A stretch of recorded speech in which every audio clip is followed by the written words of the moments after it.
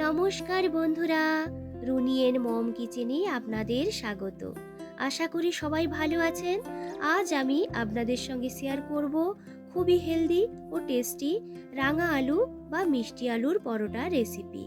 কোনো রকম পুর ভরার ঝামেলা ছাড়াই এই পরোটাগুলোকে সকালের ব্রেকফাস্টের জন্য হোক বা স্কুল কলেজ অফিসের টিফিনের জন্য খুব সহজেই চটজলদিভাবে বানিয়ে নিতে পারেন। আর পরোটাগুলো খেতে হয় কিন্তু ভীষণই টেস্টি।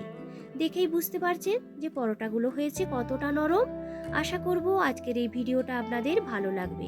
তো চলুন দেখে নেওয়া যাক আজকের এই রেসিপি। রাঙা আলুর পরোটা বানানোর জন্য আমি এখানে নিয়েছি একটা বড় সাইজের সেদ্ধ করে নেওয়া রাঙালু।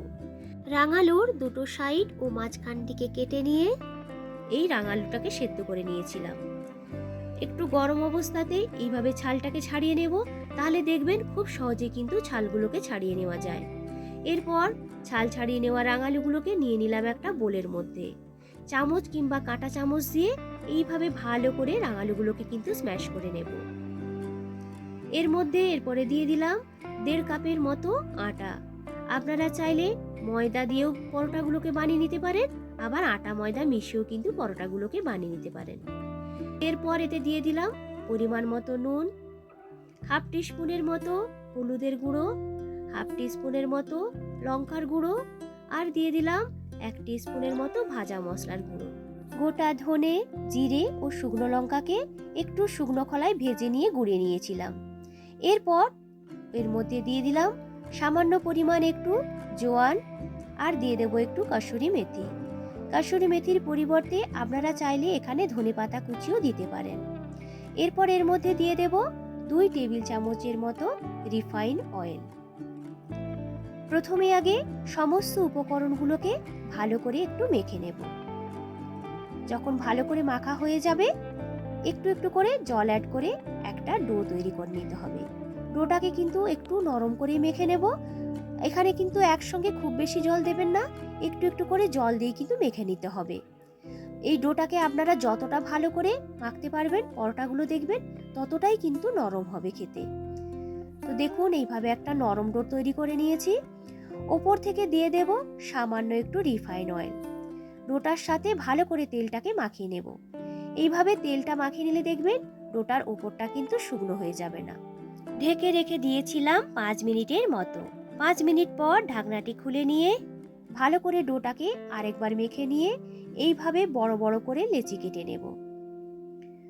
এরপরে লেচিগুলোকে একটু এইভাবে গোল করে শেপ দিয়ে দিয়েছি। তো দেখুন সমস্ত লেচিগুলো কিন্তু আমার তৈরি হয়ে গেছে।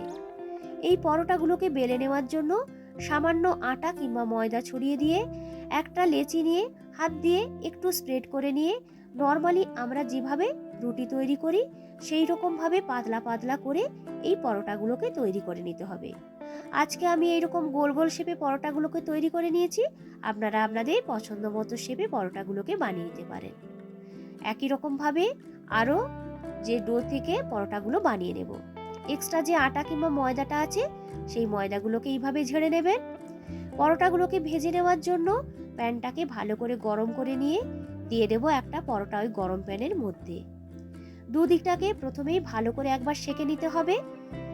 এই সময় গ্যাসের ফ্লেমটাকে কিন্তু লো টু মিডিয়ামে রাখতে হবে। দুদিকটা যখন খুব ভালো করে সেঁকা হয়ে যাবে, ওপর থেকে দিয়ে দেব সামান্য পরিমাণে একটু তেল কিংবা ঘি। এই পরোটাগুলো ভাজার জন্য কিন্তু খুব বেশি তেলের দরকার পড়বে না, অল্প তেলেই খুব সুন্দরভাবে এই পরোটাগুলো কিন্তু ভেজে নেওয়া যায়। দুই দিকটাকে উল্টে পাল্টে একটু লালচে করে পরোটাগুলোকে ভেজে নেব। তো দেখুন একটা পরোটা আমার ভাজা হয়ে গেছে। একই রকম ভাবে আরও যে পরোটাগুলো বানিয়ে রেখেছিলাম সেইগুলোকে ভেজে নেব। তো বন্ধুরা, আজকের এই রাঙা আলুর পরোটা রেসিপি আপনাদের কেমন লাগলো অবশ্যই কিন্তু আমাকে কমেন্ট করে জানাবেন। আমার চ্যানেলে যারা নতুন বন্ধু, যারা এখনো আমার চ্যানেলটিকে সাবস্ক্রাইব করেননি, তাদের কাছে অনুরোধ রইল আমার চ্যানেলটিকে সাবস্ক্রাইব করার জন্য। দেখুন একই রকম ভাবে আমি আরও বেশ কয়েকটা পরোটা ভেজে নিয়েছি। দেখেই বুঝতে পারছেন যে পরোটাগুলো হয়েছে কতটা সুন্দর। এই রাঙা আলুর পরোটাগুলো খেতে এতটাই টেস্টি হয় যে এর সাথে খাওয়ার জন্য কিন্তু কোনো রকম তরকারির দরকার পড়ে না, শুধু একটু সস দিয়েই কিন্তু এইগুলোকে খেয়ে নেওয়া যায়। তো দেখেই বুঝতে পারছেন যে পরোটাগুলো হয়েছে কতটা নরম। এই রকম ধরনের নিত্য নতুন রেসিপি দেখতে চাইলে আমার চ্যানেলটিকে সাবস্ক্রাইব করতে হবে। লাইক, কমেন্ট ও বন্ধুদের সঙ্গে বেশি বেশি করে শেয়ার করতে কিন্তু ভুলবেন না।